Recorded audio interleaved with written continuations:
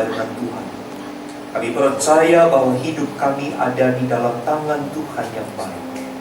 Karena itu apapun yang menjadi kenyataan yang Tuhan izinkan datang dalam hidup kami, kebaikan Tuhan jauh melebihi dari apa yang kami hadapi. Kami percaya di dalam kemurahan-Mu, di dalam kebaikan-Mu, Engkau memelihara kami. Engkau juga memberikan kepada kami apa yang terbaik di dalam pandangan Tuhan. Terima kasih karena kami boleh menjadi anak-anak-Mu. Terima kasih karena Engkau Tuhan adalah Bapa yang baik buat kami. Tuhan, malam hari ini kami rindu untuk boleh membaca dan merenungkan kebenaran firman-Mu. Bersabdalah kepada kami Tuhan. Kami rindu sebagai orang-orang percaya, kami juga boleh mengalami kemajuan di dalam hidup iman kami di dalam Kristus. Kami rindu Tuhan, kami tidak hanya boleh menjadi orang percaya, tetapi kami boleh menjadi murid Kristus yang semakin lama semakin sempurna di dalam Tuhan. Tuhan, berbicaralah kepada kami. Kami rindu untuk mendengar, untuk merenungkan kebenaran firman-Mu dan bahkan hidup di dalamnya. Kami mohon Tuhan terangi hati dan pikiran kami, supaya pada waktu kami membaca firman Tuhan dan merenungkannya, Roh Kudus Tuhan menolong dan memampukan kami boleh mengerti kebenaran firman Tuhan dengan baik. Di dalam nama Tuhan Yesus kami berdoa. Amin. Silakan duduk Bapak Ibu dan Saudara. Selamat malam Bapak Ibu dan saudara-saudara. Bersyukur pada malam hari ini boleh berada di tengah-tengah saudara di dalam kesempatan acara kita, saudara-saudara. Saya bersyukur juga malam hari ini begitu istimewa. Kenapa istimewanya, saudara-saudara? Karena saya bertemu dengan seorang sahabat lama, begitu ya. Ibu Alfa, mama dari Tiffany, adalah seorang teman sekolah, saudara-saudara. Sejak kami SMP, kami tidak pernah berjumpa. Dan setelah 20 sekian tahun, saudara-saudara, baru berjumpa malam hari ini, saudara-saudara. Ya, senang sekali Tuhan mempertemukan kita kembali, kami kembali sebagai teman. Dulu tidak pernah terbayangkan, saudara-saudara, bahwa Ibu Alfa akan punya seorang anak yang luar biasa. Dan mama dari Ibu Alfa adalah guru yang mengajar kami waktu kami kecil di sekolah. Dan bersyukur malam ini ada anugerah Tuhan yang mempertemukan kita di dalam Tuhan. Nah, saudara-saudara, malam hari ini saya mengajak kita untuk membuka bagian Alkitab. Kita membuka Injil Yohanes pasalnya yang ke-8. Mari kita bersama-sama memperhatikan bacaan dari Injil Yohanes pasalnya yang ke-8, ayat 30 sampai ayat 36. Yohanes pasalnya yang ke-8, ayat 30 sampai dengan ayat 36. Kebenaran yang memerdekakan. Setelah Yesus mengatakan semuanya itu, banyak orang percaya kepadanya. Maka katanya kepada orang-orang Yahudi yang percaya kepadanya, "Jikalau kamu tetap dalam firman-Ku, kamu benar-benar adalah murid-Ku, dan kamu akan mengetahui kebenaran, dan kebenaran itu akan memerdekakan kamu."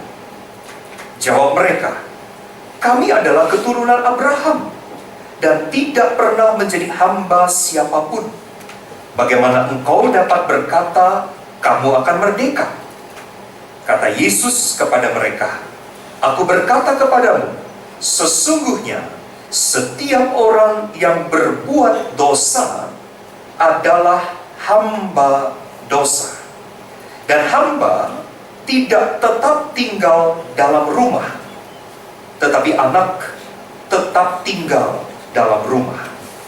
Jadi apabila anak itu memerdekakan kamu, kamu pun benar-benar merdeka." Sampai di situ pembacaan Alkitab untuk kita renungkan pada malam hari ini. Bapak, Ibu, dan saudara-saudara, seperti apakah saudara menggambarkan kehidupan Kristen kita? Ada begitu banyak, saudara-saudara, metafora yang mungkin saudara bisa pakai, saudara bisa pinjam untuk menggambarkan kehidupan seorang percaya. Tapi malam hari ini, saudara-saudara, izinkan saya untuk mengajak saudara-saudara meminjam metafora kehidupan Kristen itu sesungguhnya seperti sebuah perjalanan. Kalau dikatakan sebuah perjalanan, saudara-saudara, itu berarti ada titik berangkatnya dan ada tujuan akhirnya. Ada titik mulanya dan ada goalnya yang kita ingin capai, kita ingin raih. Nah, saudara-saudara, kalau begitu apa kira-kira yang menjadi titik mula dari kehidupan Kristen? Kalau kehidupan Kristen itu digambarkan seperti sebuah perjalanan. Nah, saudara-saudara, maka kita melihat titik awalnya, yaitu pada waktu kita percaya. Pada waktu saudara dan saya datang di dalam iman kepada Tuhan Yesus Kristus, pada saat itulah kita memasuki satu babak baru. Disitulah dimulai satu lembaran baru di dalam kehidupan kita. Itu adalah perjalanan hidup Kristen kita, dan itu adalah titik berangkatnya. Lalu saudara-saudara, kalau dikatakan itu seperti sebuah perjalanan, kalau begitu apa yang menjadi endingnya? Apa yang menjadi goalnya? Apa yang menjadi titik akhirnya dalam perjalanan hidup kita sebagai orang Kristen? Saudara-saudara, kalau kita membaca di dalam Alkitab, sebetulnya kita menemukan ada begitu banyak ayat yang mengingatkan kita tentang tujuan akhir kita. Salah satunya adalah apa yang dicatat di dalam surat 1 Yohanes pasal 2 ayat 6. Kita tidak buka, saudara-saudara, malam hari ini. Tetapi di dalam bagian itu, saudara-saudara, penulis surat 1 Yohanes mengatakan begini: barang siapa berkata ada di dalam dia, dianya pakai D besar, berada di dalam Kristus, maka dia wajib hidup sama seperti Kristus telah hidup. Ayat itu jelas. Barang siapa berkata ada di dalam Kristus, maka dia wajib hidup sama seperti Kristus sudah hidup. Maka saudara-saudara, kembali mari saya ajak Bapak Ibu membayangkan sebuah perjalanan. Titik mulanya adalah ketika saudara dan saya mengambil keputusan untuk percaya kepada Kristus. Itu titik berangkatnya.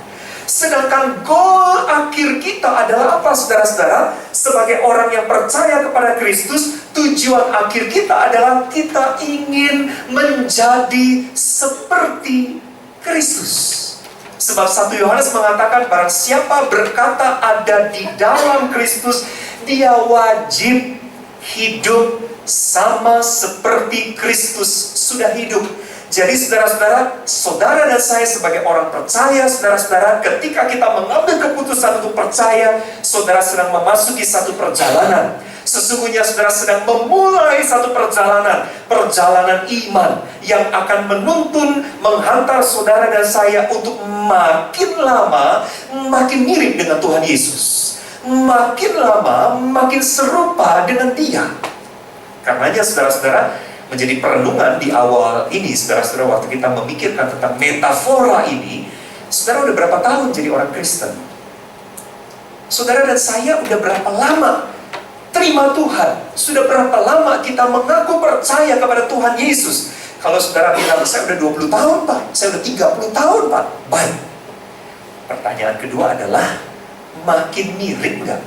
Setelah 30 tahun saudara kenal Tuhan Yesus, makin lama menurut saudara, hidup saudara makin mirip Tuhan Yesus nggak? Waktu saudara bicara, kata-kata saudara makin mirip kata-katanya Yesus nggak? Waktu saudara bertutur kata, cara saudara berbicara makin mirip nggak dengan cara Yesus berbicara? Pada waktu saudara berpikir, kira-kira apa yang saudara pikirkan, apakah makin mirip dengan seperti yang Yesus pikirkan atau tidak? Apa yang ada di dalam hati saudara ketika diperhadapkan dengan situasi-situasi hidup, kira-kira makin mirip nggak dengan apa yang ada di dalam hatinya Yesus? Intinya saudara-saudara, perjalanan hidup kita sebagai orang Kristen harus membawa kita makin lama makin menuju serupa dengan Tuhan Yesus. Sebab pada waktu kita serupa dengan Tuhan, maka kita menjadi atau kita dibawa dalam keadaan seperti pertama kali Allah menciptakan manusia. Saudara ingat kitab Kejadian mengatakan apa? Baiklah kita menjadikan manusia menurut rupa dan gambar kita. Di dalam kitab Kejadian, saudara-saudara, dikatakan manusia pertama kali, saudara-saudara, ketika Allah menciptakan manusia di dalam keserupaan dengan dirinya. Betul-betul mirip sekali. Tidak ada ciptaan lain yang diciptakan seistimewa manusia. Hanya manusia yang diciptakan dengan kemiripan dengan si pencipta. Tapi gara-gara dosa, saudara-saudara, maka kemiripan itu menjadi rusak. Maka ketika saudara dan saya percaya di dalam Tuhan Yesus Kristus, itulah titik awal, itulah titik mula di mana kondisi awal itu akan dibawa kembali oleh Tuhan. Yaitu Tuhan mau membawa saudara makin lama, tambah tahun, tambah umur, kita makin lama makin mirip dengan Tuhan Yesus. Nah, saudara-saudara, saya mau mengajak saudara untuk fokus kepada bukan soal titik akhir saja, tapi kita lihat titik berangkat. Titik berangkat kehidupan kita adalah, kalau tadi dikatakan, itu pada waktu kita percaya. Saudara-saudara, peristiwa itu penting nggak? Penting.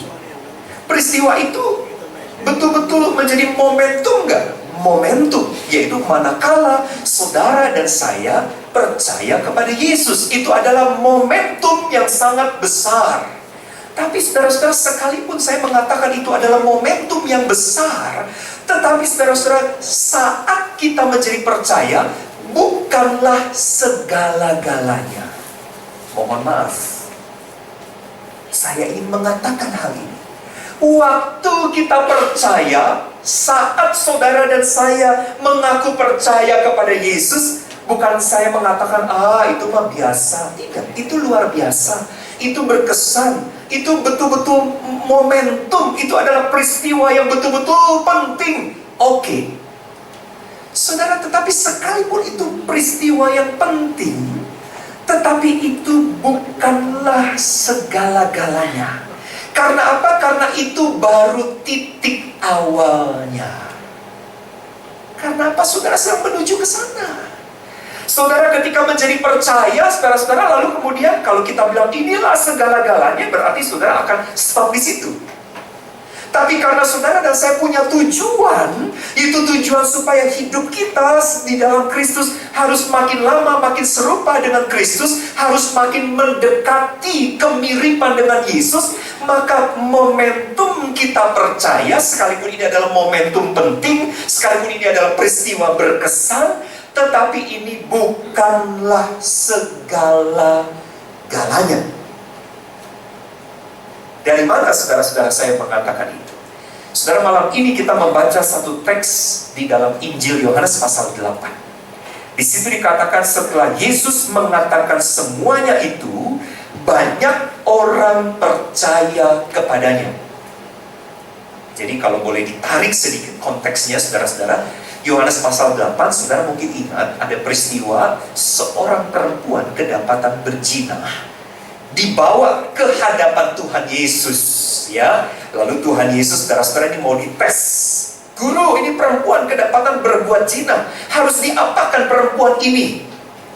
Orang-orang yang membawa perempuan ini, saudara-saudara, mau menjebak Yesus memang. Sebab kalau menurut hukum Musa, kalau perempuan atau orang kedapatan berbuat zina, dia harus dirajam, dia harus dihukum dengan dilempari batu sampai mati. Kalau Tuhan Yesus bilang, lempari perempuan ini dengan batu, Tuhan Yesus bisa dituduh tidak punya kasih.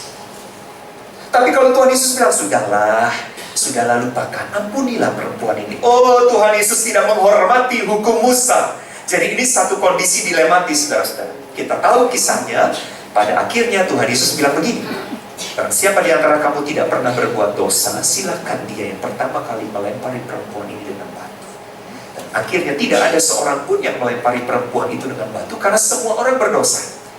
Kisah itu, saudara-saudara, ditutup dengan sebuah ajakan atau sebuah nasihat kepada perempuan itu. Pergilah dan jangan berbuat dosa lagi. Nah, setelah Tuhan Yesus, setelah peristiwa perjumpaan Tuhan Yesus dengan perempuan itu, lalu kemudian Tuhan Yesus seperti berkhotbah. Dia berkhotbah bahwa dialah terang dunia. Dia menyampaikan kebenaran. Dia menyampaikan kesaksian bahwa dialah yang diutus oleh Allah untuk orang-orang berdosa, yaitu salah satunya untuk perempuan seperti perempuan ini. Akulah terang dunia. Aku datang untuk dunia, untuk manusia yang sudah dikuasai dosa. Sambungannya adalah setelah Yesus berkhotbah bahwa dia adalah terang dunia yang diutus oleh Bapa untuk manusia berdosa. Sambungannya ayat 30 yang tadi kita baca. Setelah Yesus mengatakan semuanya itu, banyak orang menjadi percaya. Siapa mereka yang percaya ini? Kalau kita baca ayat 31 dikatakan, maka katanya kepada orang-orang Yahudi. Ini menarik. Saudara-saudara, orang-orang Yahudi sebetulnya tidak pernah mau mempercayai Yesus itu diutus oleh Allah. Sebab bagi orang Yahudi Allah cuma satu, Yahweh. Sebab kalau Allah, saudara, sampai mengutus, nggak mungkin Allah itu punya anak begitu. Tapi di sini dikatakan maka ada orang-orang Yahudi yang kemudian menjadi percaya setelah mendengar khotbahnya Yesus. Ada orang-orang Yahudi yang kemudian datang kepada iman kepada Tuhan Yesus setelah Tuhan Yesus menyatakan siapa dia. Nah, saudara-saudara, apa perkataan Tuhan Yesus kepada orang-orang yang baru percaya ini? Dikatakan begini, jikalau kamu tetap dalam firman-Ku, kamu benar-benar adalah murid-Ku. Saudara, saya mau menyambung pernyataan saya tadi di depan begini. Ada orang mengatakan peristiwa saya percaya itu segala-galanya. Belum, saudara-saudara. Bukan. Saudara dan saya tidak hanya dipanggil untuk percaya, tetapi saudara dan saya dipanggil untuk menjadi seorang murid Kristus. Saudara dan saya bukan hanya dipanggil untuk begini, saya ikut kelas katekisasi, lalu saya disidik, lalu saya percaya. Bukan hanya itu. Bukan hanya keputusan percaya, momentum pada waktu kita bilang, Tuhan, aku buka hatiku untuk Engkau. Hari ini saya mau percaya kepadamu. Saya berkata kepada saudara sekali lagi, peristiwa itu penting. Peristiwa itu memang momentum. Peristiwa itu mungkin unforgettable, tidak pernah terlupakan. Tetapi peristiwa pada waktu saudara dan saya percaya itu bukanlah akhir dari segala-galanya. Karena setelah kita percaya, kita dipanggil dalam perjalanan hidup menuju serupa dengan Kristus. Kita dipanggil untuk menjadi apa, saudara-saudara? Murid. Saudara, apa artinya menjadi murid? Saudara ketika dengar kata murid, mungkin saudara langsung terpikir ada ruangan kelas, ada guru berbicara, lalu murid cuma dengar. Saudara, di dalam bahasa Yunani, bahasa asli Alkitab Perjanjian Baru, kata murid itu datang dari kata matetes. Apa itu artinya matetes, saudara-saudara? Saudara, secara hurufiah, matetes itu dijelaskan dalam makna seperti ini. Saya jalan di depan, lalu ada orang jalan buntutin saya di belakang, saudara. Ya. Ketika yang di depan ini jalan maju lurus, yang di belakang ikut lurus. Ketika yang di depan belok kanan, maka yang di belakang juga ikut belok kanan. Ketika yang di depan ini belok kiri, maka yang di belakang juga ikut belok kiri. Ketika yang di depan ini habis jalan, dia stop, dia berhenti, maka yang di belakang juga harus berhenti. Saudara, matetes adalah seorang, kalau dijelaskan adalah seorang yang berjalan di belakang. Apa sih yang kita tangkap dari pengertian seorang yang berjalan di belakang? Seorang matetes adalah seorang yang melakukan apa yang dilakukan oleh yang di depan. Jadi yang di depan itu adalah, kalau ada murid berarti ada apa, saudara? Guru.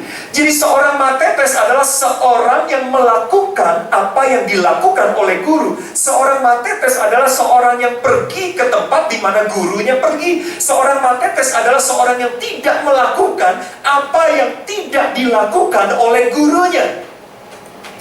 Saudara-saudara, mindset ini yang kadang-kadang saudara-saudara tidak ada di dalam kehidupan banyak orang Kristen. Banyak orang Kristen, saudara-saudara, hanya puas dengan berkata, yang penting saya sudah percaya.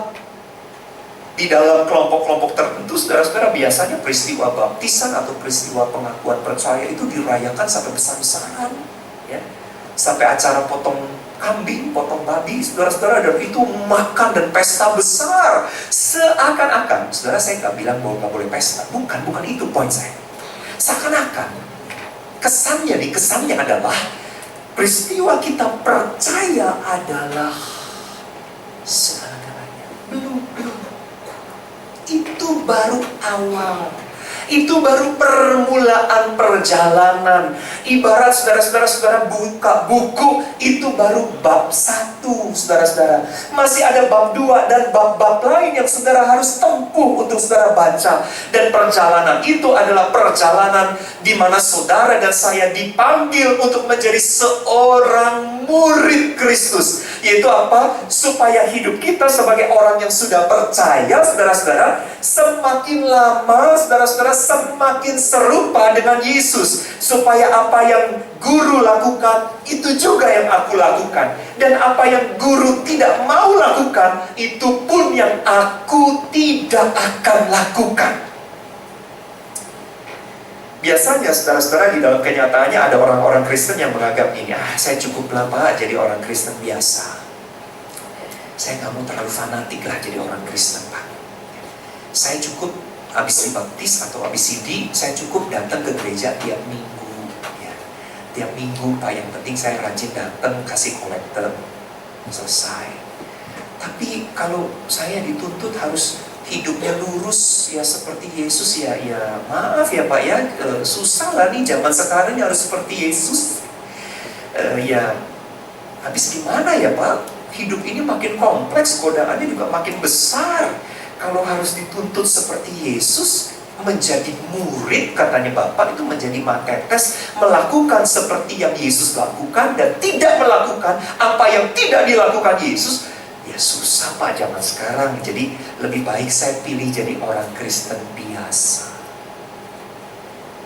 Saudara, mana ada orang Kristen biasa? Saya mau berkata kepada saudara, pilihannya cuma 2. Saudara tidak pernah menjadi Kristen, atau ketika saudara memutuskan saudara menjadi Kristen, maka keputusan itu membawa saudara memasuki satu jalan, satu track. Dan track itu namanya adalah track the disciple of Christ. Tidak ada yang lain. Tidak ada pilihan begini. Dulu saya belum Kristen Pak, lalu sekarang saya jadi Kristen, tapi saya mau jadi orang Kristen biasa. Saya nggak mau jadi orang Kristen murid. Saya orang Kristen biasa-biasa saja. Nggak ada opsi itu, saudara. Yang ada cuma 2. Saudara tidak pernah percaya Kristus, itu satu. Yang kedua, saudara ketika saudara mengatakan saya percaya Yesus, maka sebetulnya opsi kedua itu membawa saudara seperti saudara membuka pintu dan saudara masuk lewat pintu itu, dan pintu itu membawa saudara kepada satu jalan, itu jalan sebagai seorang murid.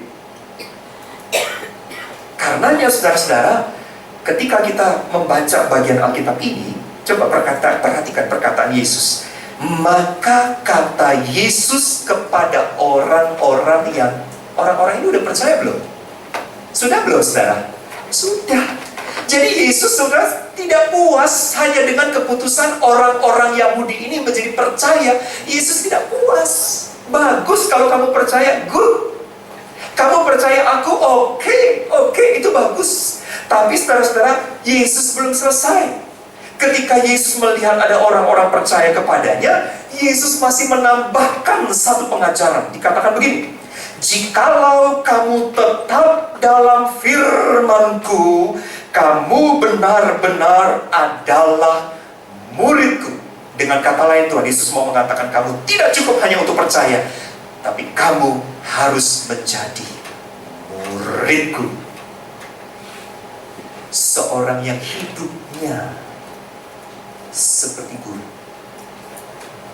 seorang yang melakukan apa yang guru lakukan, seorang yang tidak akan melakukan apa yang tidak dilakukan oleh guru. Itulah matetes yang berjalan di belakang. Nah saudara-saudara, uniknya adalah begini. Kalau kita melihat di ayat itu, saudara-saudara, dikatakan keberadaan seorang murid yang hidupnya menjadi makin lama makin mirip dengan guru itu dihubungkan, saudara-saudara, dengan firman. Ya, saudara baca di situ. Jikalau kamu tetap dalam firman-Ku. Dan di ayat 32 dikatakan, kamu akan mengetahui kebenaran, dan kebenaran itu akan memerdekakan kamu. Saudara, waktu kita baca ayat ini, apakah kita mendapat kesimpulan, jangan-jangan waktu saya terima Tuhan Yesus, waktu saya percaya, saya belum betul-betul merdeka. Saudara, jangan meragukan itu. Di dalam Tuhan Yesus, saudara dan saya sudah merdeka 100%. Kita belajar itu di kelas katekisasi kita ya. Dari kuasa dosa, dari kuasa iblis, dari kuasa maut. Ya, saudara ya. Kita di dalam Kristus, artinya apa? Korban Kristus di atas kayu salib sudah lunas. Ini pembayarannya bukan baru separuh, masih ada cicilannya. Nggak ada, saudara ya. Korban Kristus di atas kayu salib sudah lunas membayar saudara dan saya, sehingga saudara dan saya sudah merdeka. Jangan ragukan itu. Tetapi saudara, kenapa Tuhan Yesus di sini dikatakan, kalau kamu tahu kebenaran, maka kebenaran itu akan memerdekakan kamu.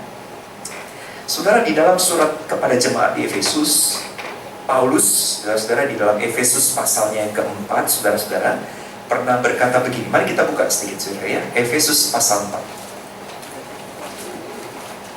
Kita baca ayat 22.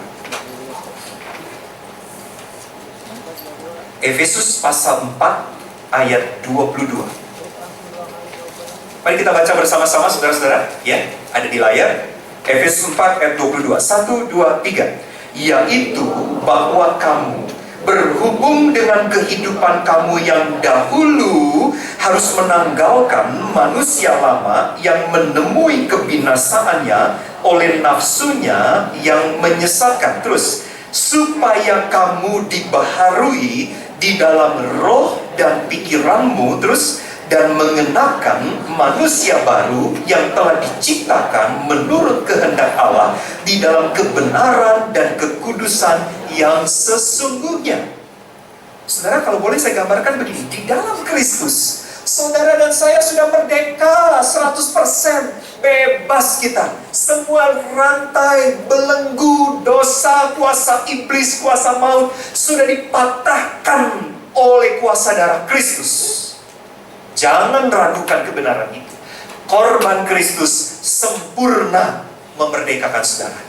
Tetapi sekalipun kita sudah dimerdekakan di dalam Dia, saudara perhatikan apa yang dikatakan Paulus di dalam Efesus pasal 4 tadi, yaitu bahwa kamu berhubung dengan kehidupan kamu yang dahulu, kamu harus menanggalkan.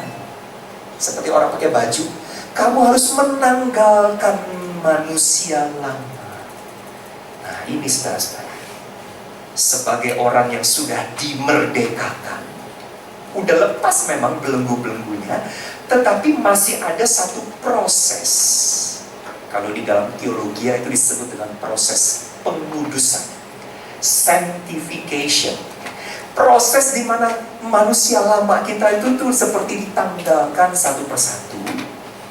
Lalu kita belajar untuk pakai baju yang baru. Proses untuk menanggalkan baju-baju yang lama, baju-baju yang kotor, baju-baju yang bau, yang kita udah pakai bertahun-tahun itu, saudara-saudara. Proses untuk menanggalkannya satu persatu, dan proses untuk mengenakan yang baru. Saudara, siapa di sini yang punya kebiasaan suka nyimpen baju lama? Baju lama tuh enak loh, saudara, untuk dipakai tidur, ya. Apalagi oblong-oblong yang banyak lubang-lubangnya.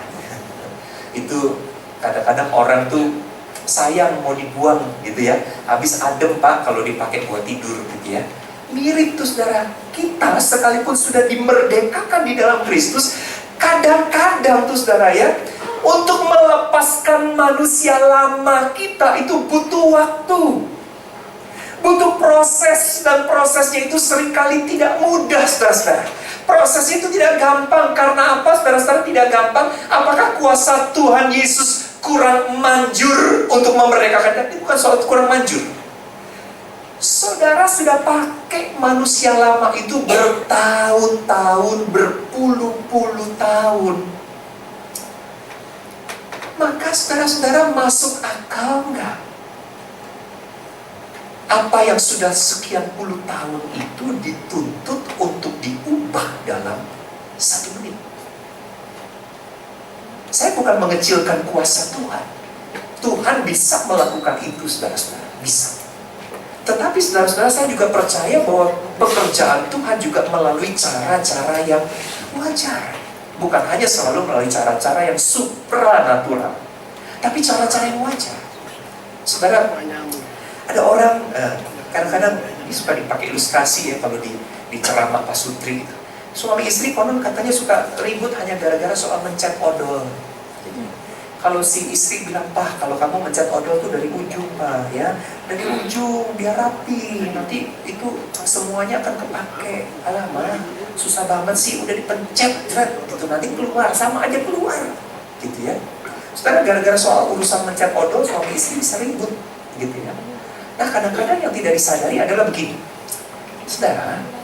Andai kata itu suami saudara, ya suami ibu-ibu nih, ya, punya kebiasaan mencet odol langsung mencet di tengah, apalagi mencetnya seperti dibecek begini, saudara-saudara ya, nggak rapi dari ujung.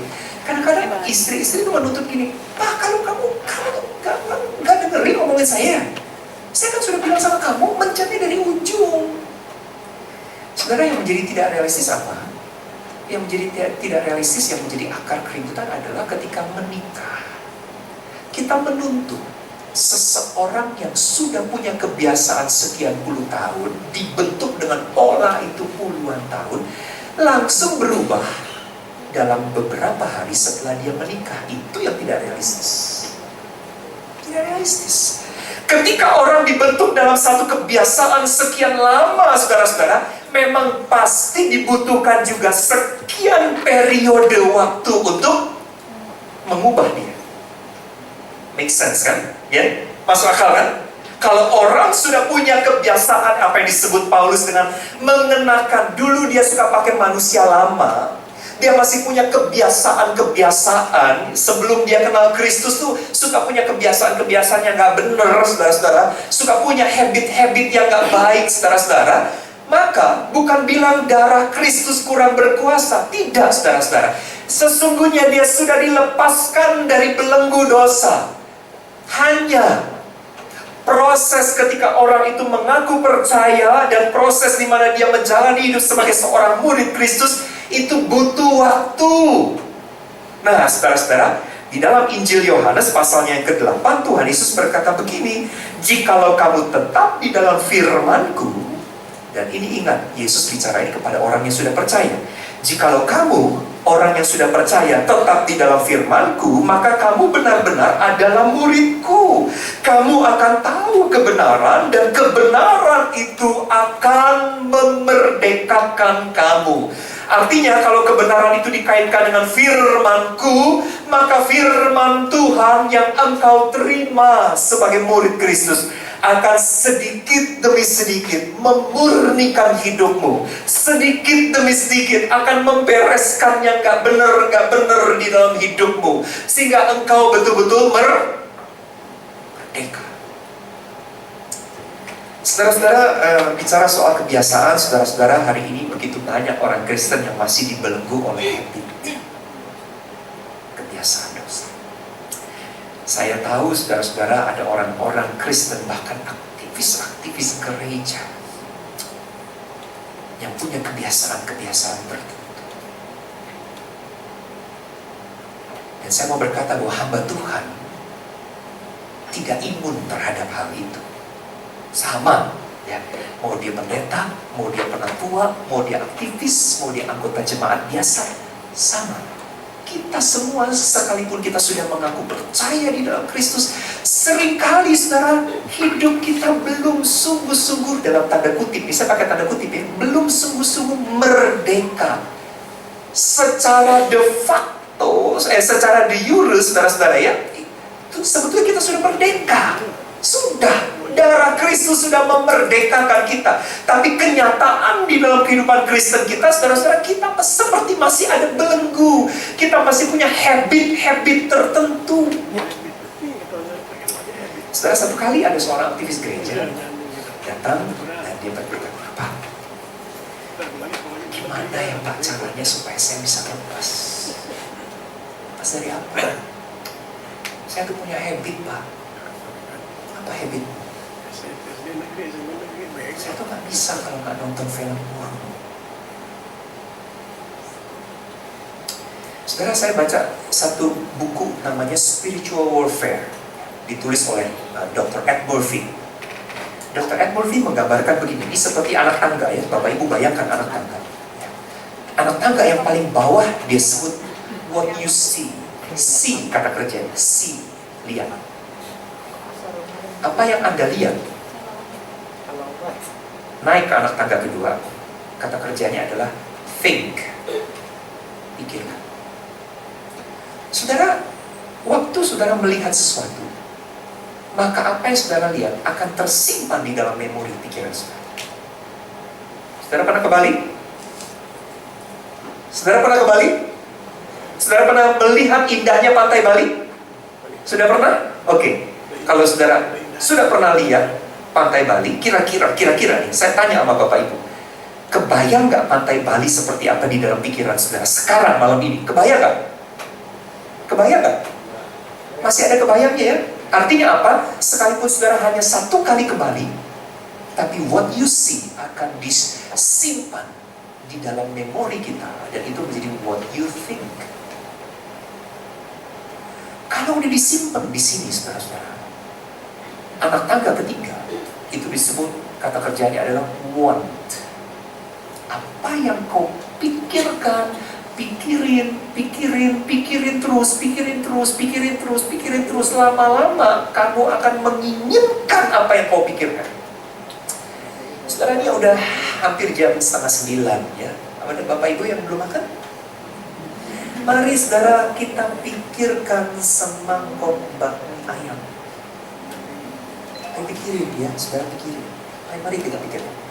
Ada mangkok, ada bakmi ayam, saudara-saudara, ada toppingnya ayamnya, ada sutiaunya, ada baksonya, ada pangsitnya, ada jamurnya. Ayo saudara bayangin. Saudara bayangin itu terus tuh ya. Sambil dengar khotbah pendeta tuh biasanya suka bayang-bayang abis kebaktian mau makan apa, gado-gado, sopomi apa gitu ya, suka bayang macam-macam tuh saudara-saudara ya. Lama-lama saudara-saudara tadinya cuma di sini, di pikiran kita ngebayang-bayangin, kita inget-inget apa yang kita pikirkan, lama-lama akan kita inginkan. Itu otomatis di perut kerasa kerucuk. Kita mulai kerasa lapar, pengen ya, want. Kalau udah pengen, bisa nggak ditahan? Bisa sekali, 2 kali bisa ditahan, 3 kali mana tahan?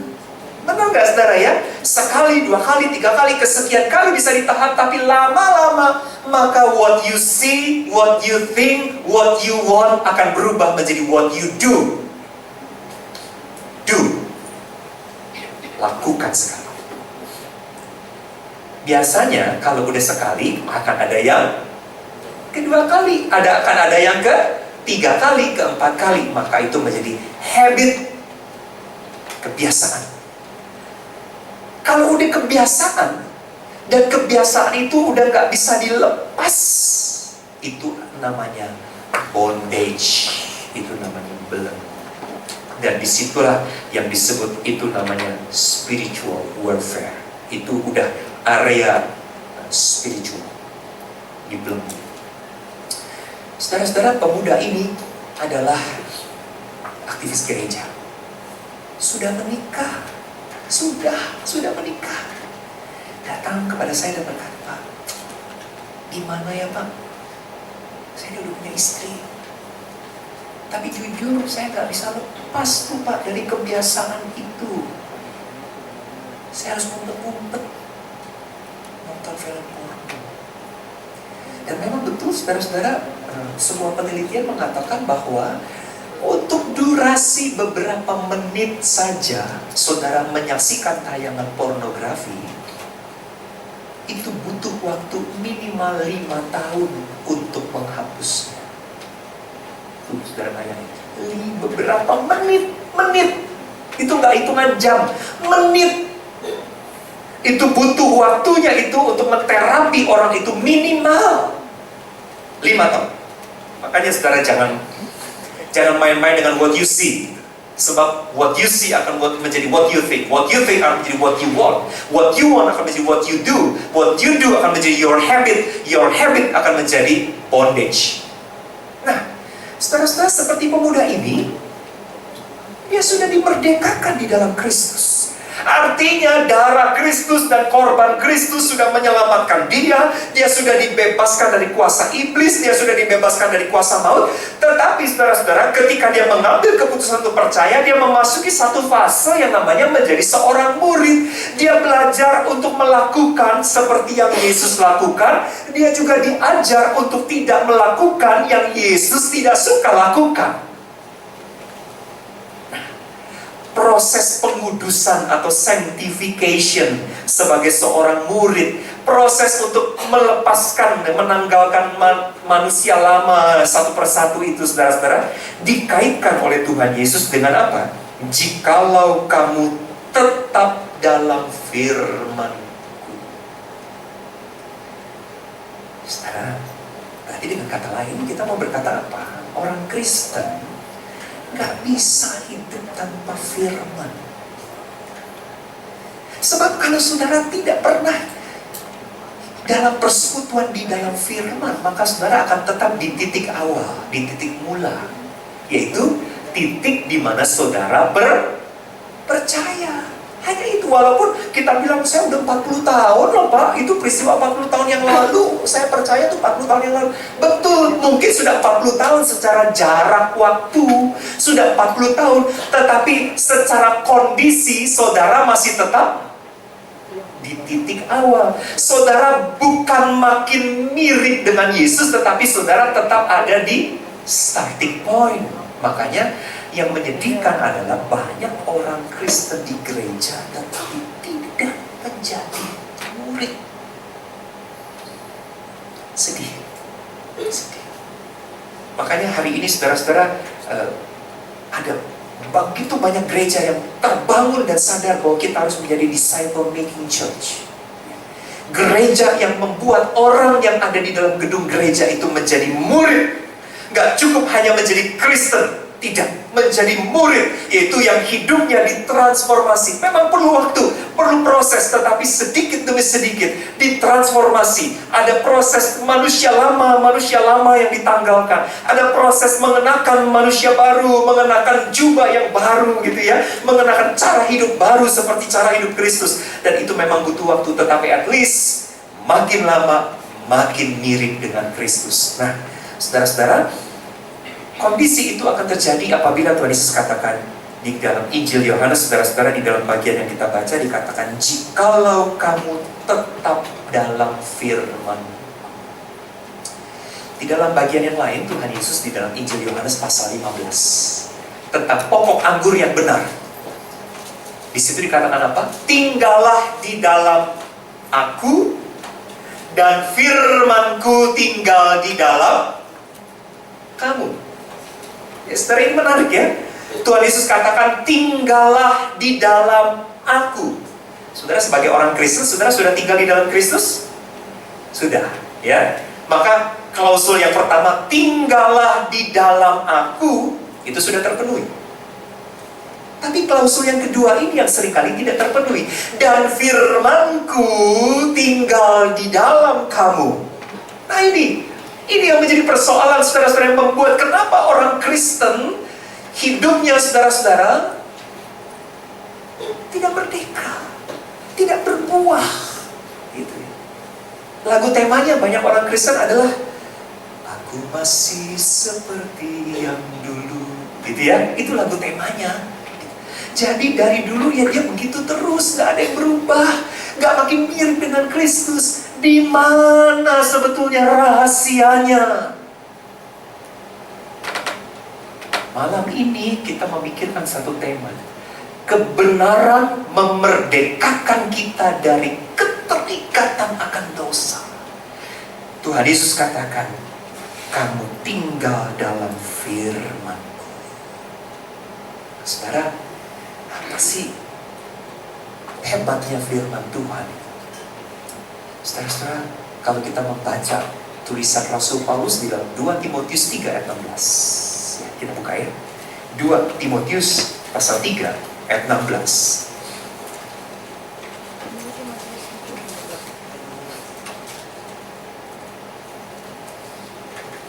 Mari kita baca bersama-sama saudara-saudara 2 Timotius pasal 3 ayat 16. Mari kita mulai. Segala tulisan yang diilhamkan Allah memang bermanfaat untuk mengajar, untuk menyatakan kesalahan, untuk memperbaiki kelakuan, dan untuk mendidik orang dalam kebenaran. Saudara, setiap orang yang sudah mengaku percaya dan berada dalam proses menjadi murid Kristus, kita belajar untuk melakukan seperti yang Kristus lakukan. Kita belajar untuk tidak melakukan yang Kristus tidak ingin kita lakukan. Di situ seorang murid butuh untuk belajar dari kebenaran. Dan firman Tuhan dikatakan adalah kebenaran. Saudara, nanti baca di rumah ya, Yohanes 17 ayat 17. Tuhan Yesus mengatakan, kuduskanlah, dia berdoa kepada Bapa, kuduskanlah murid-muridku di dalam kebenaran, ya Bapa. Firman-Mu adalah kebenaran. Jadi saudara-saudara, ketika kita sebagai orang percaya, kita tetap tinggal di dalam firman Tuhan. Dan firman Tuhan ini punya satu manfaat yang luar biasa. Dikatakan, setiap tulisan yang diilhamkan Allah itu bermanfaat untuk mengajar. Saudara, sebagai orang percaya, ketika kita membaca dan merenungkan kebenaran firman Tuhan, kita belajar sesuatu. Belajar apa yang Tuhan mau kita lakukan. Belajar untuk tidak melakukan apa yang Tuhan tidak mau kita lakukan. Belajar. Kenapa Tuhan Yesus akhirnya katakan, dan apabila kamu tahu kebenaran, maka kebenaran itu akan memerdekakan kamu. Kalau kamu hidup di dalam firman, kalau kamu belajar dari firman, maka firman itu akan memerdekakan kamu. Kita belajar apa yang Tuhan suruh kita lakukan, dan belajar untuk tidak melakukan apa yang di dalam firman Tuhan ini Tuhan katakan jangan lakukan itu. Belajar. Tapi bukan hanya mengajar, firman Tuhan dikatakan bermanfaat untuk menyatakan kesalahan. Saudara-saudara, hari ini begitu banyak suara yang membuat kita sebagai orang Kristen bingung. Suara-suara itu berasal dari, bisa jadi suara budaya, dalam arti karena begitu banyak orang yang melakukannya. Itu bicara culture. Bisa bicara dari sudut tradisi, itu sudah dari dulu udah begitu ya. Contoh-contoh. Sekarang kira-kira boleh nggak terjadi, maaf ya saudara-saudara ya, hubungan suami istri sebelum pernikahan? Kalau saudara mendengarkan dari sudut culture, suaranya culture ya, budaya. Kalau kita bilang budaya, artinya sesuatu yang menyangkut mayoritas ya, banyak orang melakukan itu. Maka jawabannya bilang, boleh-boleh aja. Kenapa? Kok boleh? Banyak kok yang melakukan kayak begitu. Itu budaya. Maka kita sebagai orang Kristen ini bingung, sebenarnya boleh gak sih? Dan kalau kita buka telinga kita kepada suara culture, kita bisa mendapat pengajaran yang, oh boleh. Kenapa boleh? Banyak orang, itu sudah mayoritas, sudah jamak fenomena itu. Sekarang kita bicara dari sudut tradisi. Kalau kita bicara tradisi, itu adalah sesuatu yang sudah dilakukan dari dulu. dulu. Ya. Saudara, kalau kita bilang tradisi Western, tradisi Barat, bukan cuma culture-nya, tapi tradisinya juga bilang apa? Nah, nggak apa-apa. Ya, dari dulu ya, bahkan ini orang tua atau kakek nenek bisa dengan bangga, ya dulu kami juga punya kamu ya sebelum menikah. Itu bicara tradisi. Kalau kita bicara tradisi, saudara-saudara, kita punya standar yang sebetulnya gimana sih nih? Iya atau enggak? Tapi sebetulnya orang Kristen, saudara, punya satu standar. Satu standar yang mengajar dia, satu standar, satu kebenaran yang akan memerdekakan dia. Sebab kebenaran itu bukan cuma mengajar, tapi juga menyatakan bahwa itu salah dan itu benar. Dan itu adalah firman Tuhan. Firman Tuhan. Segala tulisan yang diilhamkan Allah memang bermanfaat untuk mengajar, untuk menyatakan kesalahan. Tapi ini indahnya, kita bukan cuma, maaf ya saudara ya, bukan cuma ditelanjangi oleh firman Tuhan bahwa kita salah.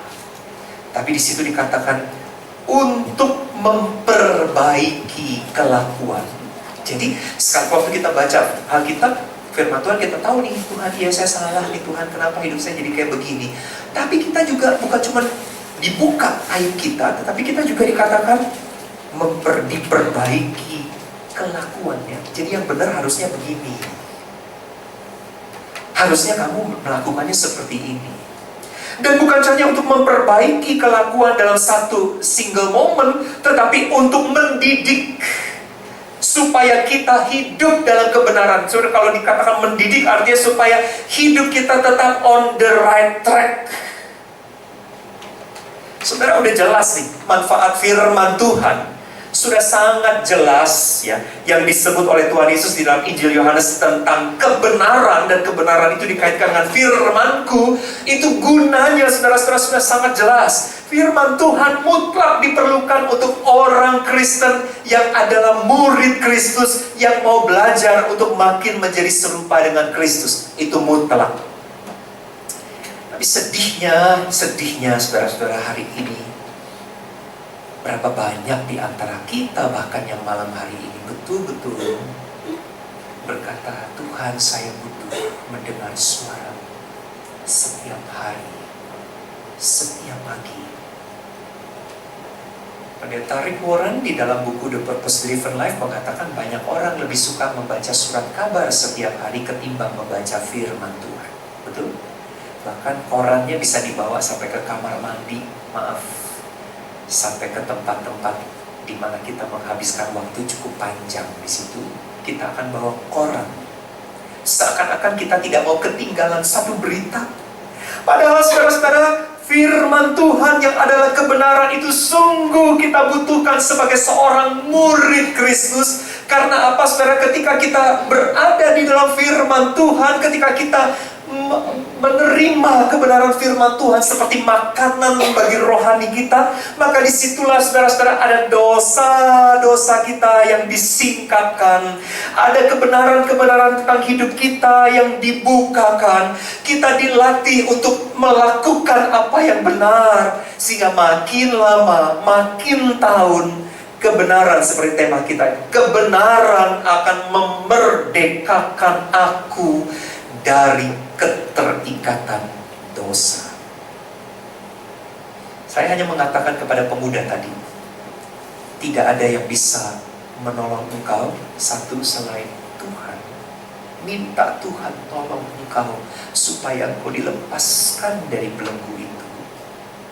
Dua, tetapi juga ada prosesnya. Izinkan firman Tuhan mengisi pikiranmu, supaya jangan kau memikirkan apa yang kau pernah saksikan di dalam film itu saja. Isi dengan kebenaran firman Tuhan. Saudara, puji Tuhan, memang butuh waktu panjang, dan itu proses. Dia bisa bertahan satu hari nggak nonton, tapi besoknya nonton gitu. Tapi minggu depan atau bulan depan dia bisa berhasil beberapa hari, dan baru beberapa hari baru jatuh lagi. Bulan depannya lagi, saudara, butuh waktu 1 minggu sama sekali full tidak pernah nonton. Minggu depannya jatuh sekali lagi. Tapi itu proses, dan itu alami, itu wajar. Tapi di situ peranan kebenaran, peranan firman Tuhan, saudara-saudara, itu gak bisa ditawar. Malam ini, saya mau berkata kepada Bapak Ibu, saya tahu saudara sangat sibuk. Saya tahu saudara sangat sibuk. Saya sangat tahu bahwa waktu saudara dan jadwal saudara begitu padat. Tetapi Tuhan Yesus di dalam segala kesibukannya pun mengambil waktu pada pagi hari. Dia datang kepada Bapa, bukan hanya untuk mencurahkan isi hatinya di dalam doa-doanya, tetapi untuk mendengar suara Bapa. Suara Bapanya yang memampukan dia untuk terus berjalan dengan tekun sampai naik ke atas kayu salib. Tidak menoleh ke kiri, tidak menoleh ke kanan. Sekalipun Petrus mau membela dia, sekalipun ada banyak godaan, ayo buktikan kau turun dari salib. Kekuatan dari persekutuan dengan Tuhan itulah yang memampukan Yesus bertahan sampai akhir. Saudara, hari ini apakah ada di antara Bapak Ibu sebagai orang Kristen yang masih diikat oleh kebiasaan-kebiasaan dosa tertentu? Mungkin ini hanya rahasia Bapak Ibu.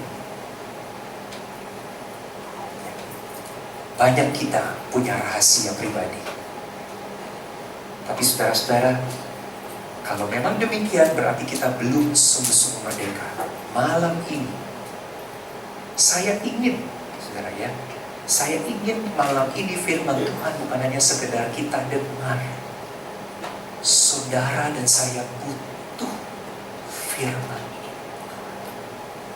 Sebab kalau tidak, saudara akan tetap pada starting point saudara, yaitu saudara hanya menjadi orang percaya dan tidak dalam proses menjadi murid, yaitu seorang yang sedang berjalan melakukan seperti yang Yesus lakukan. Saudara, kiranya hari ini, malam ini, sebelum Bapak Ibu tidur, ada waktu buat kita renungkan kebenaran firman. Atau saudara melakukannya esok pagi, ada waktu, persilahkan jangkauan suara Tuhan itu saudara tangkap, dan itu menjadi sesuatu yang akan mengubahkan hidup saudara sedikit demi sedikit, tetapi pasti kebenaran akan memerdekakan hidup saudara sebagai orang percaya. Mari kita berdoa, saudara.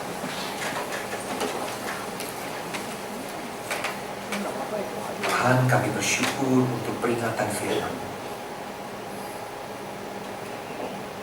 Kami bersyukur untuk Alkitab yang kami miliki. Kami punya beberapa mungkin di rumah kami.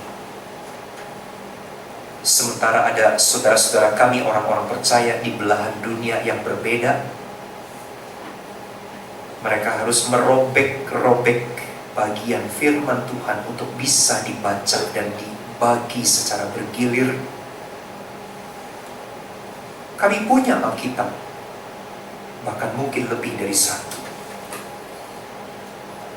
Tetapi atas nama kesibukan, kami tidak merasa membutuhkan firman Tuhan. Itulah sebabnya mengapa hidup Kristen kami, Tuhan, masih tetap sama. Kalau kami melihat perjalanan kehidupan kerohanian kami masih seperti yang dulu. Kami masih seperti ketika saat kami mengaku percaya. Kami tidak mempersilahkan Tuhan di dalam kuasa firman-Mu mengajar kami, menyatakan kesalahan-kesalahan kami, memperbaiki kelakuan kami, bahkan mendidik kami hidup di dalam kebenaran. Ampuni kami, Tuhan. Malam ini kami mengerti isi hati-Mu, bahwa sesungguhnya Engkau tidak hanya puas dengan melihat kami menjadi percaya, tetapi Engkau menginginkan kami menjadi murid-Mu, seseorang yang hidupnya makin lama makin mirip dengan Tuhan. Seorang Kristen yang melakukan apa yang engkau lakukan dan tidak melakukan apa yang engkau benci. Tuhan tolong kami ingin bertumbuh. Karena itu beri kegairahan, beri kesadaran, beri semangat di dalam hidup kami sebagai orang percaya, supaya kami mau hidup dan tinggal di dalam kebenaran. Supaya seperti firman-Mu katakan, di dalam Engkau, apabila kami ada di dalam Engkau, dan firman-Mu tinggal di dalam kami, maka kami akan berbuah-buah dengan lebat. Tuhan, ingatkan kami akan perenungan firman-Mu malam ini. Ketika sebentar malam kami akan tidur sebelum kami beristirahat. Bahkan esok pagi sebelum kami tenggelam di dalam kesibukan kami sepanjang hari.